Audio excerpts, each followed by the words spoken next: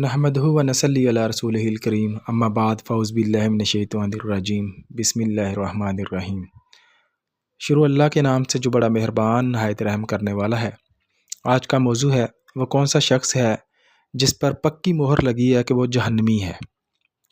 ایسا وہ کون سا عمل کرتا ہے جس کی وجہ سے اس شخص میں ایک رتی برابر بھی وہ گنجائش نہیں رہتی کہ وہ اس کی بخشش ہو جائے گی اور وہ جنت میں جائے گا، بلکہ پکی مہر لگی ہوتی ہے کہ وہ دوزخ میں جائے گا۔ تو وہ کون سا شخص ہو سکتا ہے؟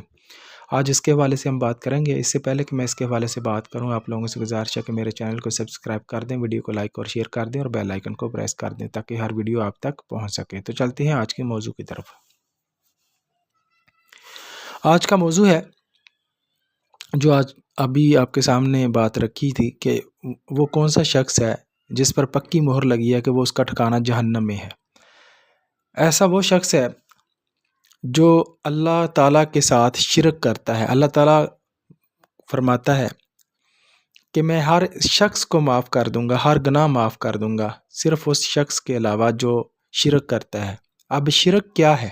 وہ کیا ہے کہ اللہ تعالیٰ کی ذات کے ساتھ کسی دوسرے ساتھ انسان کو منسلک کر دینا، ملا دینا کہ وہ بھی شخص وہ کام کر سکتا ہے جو اللہ تعالیٰ کی ذات کر سکتی ہے۔ مثلاً اللہ تعالیٰ کی ذات غیب جانتی ہے، اس کے علاوہ کوئی شخص غیب نہیں جانتا۔ اللہ تعالیٰ کی ذات مدد کر سکتی ہے، ہمارا ایمان ہے کہ اس کے علاوہ کوئی شخص مدد نہیں کر سکتا۔ ہمارا یہ یقین ہے، ایمان ہے کہ اللہ تعالیٰ کی ذات پوری دنیا کی تخلیق کا موجب ہے۔ اللہ تعالیٰ نے ہر چیز کو، ہر پوری کائنات کو پیدا کیا، اس کے علاوہ کوئی بنا نہیں سکتا۔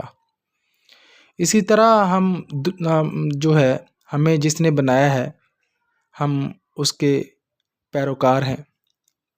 اور دوسری یہ بات کہ پوری دنیا میں جو کچھ بھی ہے وہ اللہ تعالیٰ کی ذات کا ہے۔ اب شرک کیا ہے؟ شرک یہ ہے کہ ہم عبادت کریں کسی اور کی، اللہ کو چھوڑ کر۔ تو یہ شرک کبیرہ کی سب سے بڑی جو ہے صفت ہے، صفات میں سے ہے۔